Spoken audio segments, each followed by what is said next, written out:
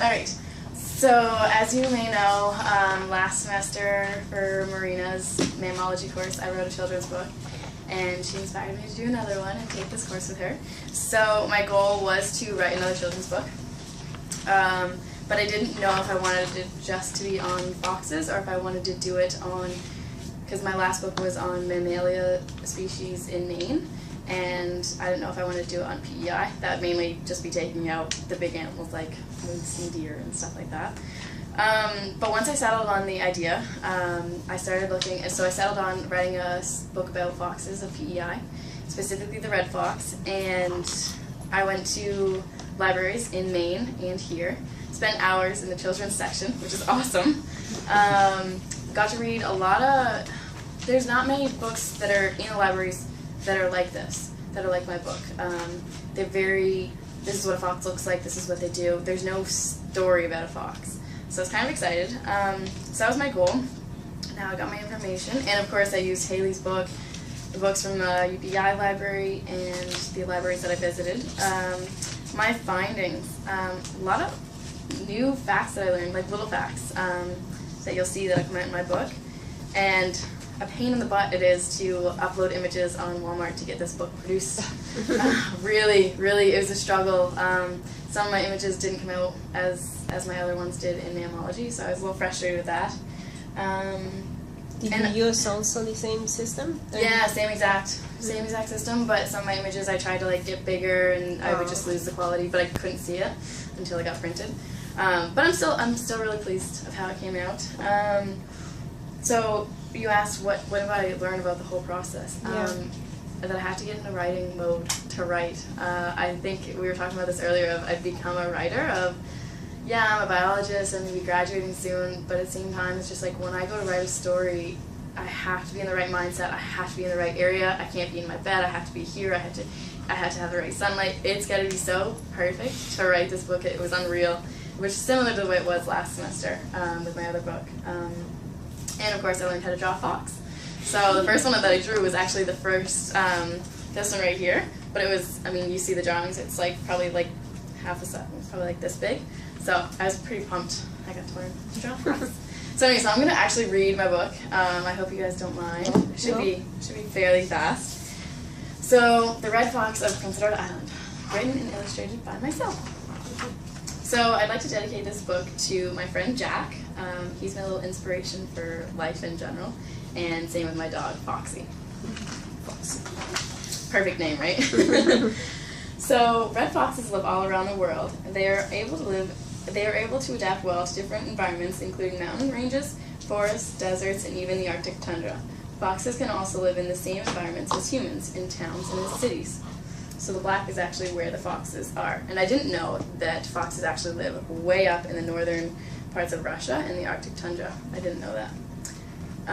My family lives in the city of Charlottetown, Prince Edward Island, which is located in eastern Canada, where we are now. I want you to meet my mom and dad. You won't get to meet me for a while, but my name is Jack. My siblings and I are growing inside my mommy. As you can see, my mommy and dad do not look alike. It is because red foxes are not always red. My mom looks like the typical red fox. She is mainly orange in color, orange-red in color, with black legs, while her chest and belly are white. My dad is practically all black. If you look closely, you can see both of them share something in common. The tips of their tails are white.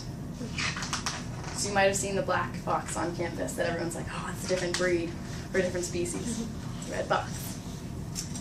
Foxes are about 100 centimeters long, with their tails making up 1/3 of that length. They use their tails for balance and warmth. Once foxes mature, they can reach 3 to 8 kilograms. The average fox stands about 30 centimeters high, and males are usually larger than females. This is my mom, a full-grown red fox. This is my mom's face. You can see her pupils are like a line, similar to cat's eyes. Vision is not the red fox's strongest sense. Notice her large ears. Hearing is probably her strongest sense, especially when she hunts. Foxes also have a good sense of smell with their long noses. This is important to smell food. Can you see all the whiskers on both sides of her nose? Whiskers are used to feel things when it is too dark to see. Can you guess which paw print is my dad's? His is the one in the middle. The paw print on the right belongs to a domesticated dog. The one on the left belongs to a household cat. Study the three and look for differences. The dog's paw print is a little bigger and wider than the fox's paw print, and the cat's paw print is smaller than the fox's. So if you see a paw print, check to see if it belongs to a fox. Foxes are known to mark their territory, which is called scent marking. The way they do this is by urinating or expressing scent glands on trees, bushes, and rocks. It's a way to communicate with each other. This is my dad marking a tree. Probably the hardest drawing that I had to do. The skull of a red fox is interesting, for it is very narrow and long. Notice the two thin canine teeth extending past the other teeth in the front. Canine teeth are used to bite and kill prey. Speaking of prey, foxes primarily hunt small animals like mice and rabbits. Sometimes they even eat fish, birds, and insects. Foxes do not always eat meat, though. In the spring and summer, they will eat fruits, plants, and berries. And here he's eating she is eating blackberries. Foxes are very good hunters. They sneak up on their prey by moving very slowly, trying not to make any noise. Once they are close enough to the prey, they will lunge at it by jumping through their air. The goal is to pin the prey to the ground so they can bite and kill the animal.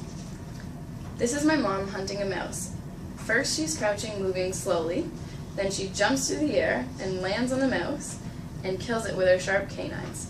Another way foxes hunt is by stalking and charging, meaning they run after the prey, usually with rabbits. Foxes are opportunistic eaters, meaning they will eat whatever they can find.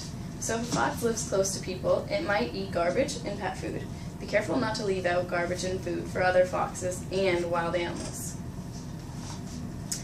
My mom made their den by digging a hole in the ground. Some foxes are sneaky and take over existing dens that belong to other animals. The fox makes sure that there are at least 2 holes in case they need to escape from danger, like having 2 doors in your home in case of a fire.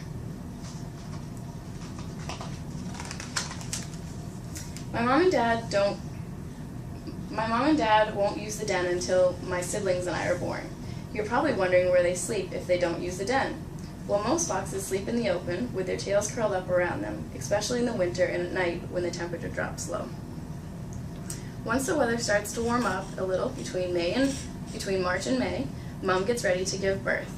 Baby foxes are called kits. Mom can have between 1 and 10 kits. She gets all cozy in the den while Dad goes off to hunt for food.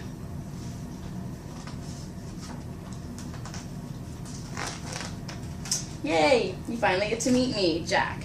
I'm only a couple hours old, but I'm the kit in the middle. My 2 sisters are named Lily and Charlotte. We are small, fuzzy, gray balls that cannot even open our eyes. My siblings and I nurse milk from our mother's nipples so we can grow big and strong. Here I am, hard to see, 2 weeks old, and I have just opened my eyes. My eyes are blue for now, but they will change to a golden brown later. I am still nursing from my mother in the safety of our den. Soon, I will grow a new coat. Like I told you earlier, red foxes are not always red. They can be red, brown, silver, or even black, like my dad. At a month old, my sisters and I start to venture outside the den. We are weaned at this time, which means we don't need to nurse anymore. It also means that we are starting to eat the food that Mom and Dad bring us, like rabbits, mice, and squirrels. Mom and Dad teach us how to hunt. This is Charlotte, Lily, and I paying close attention to my dad as he hunts a bird. This is the most important lesson of the summer.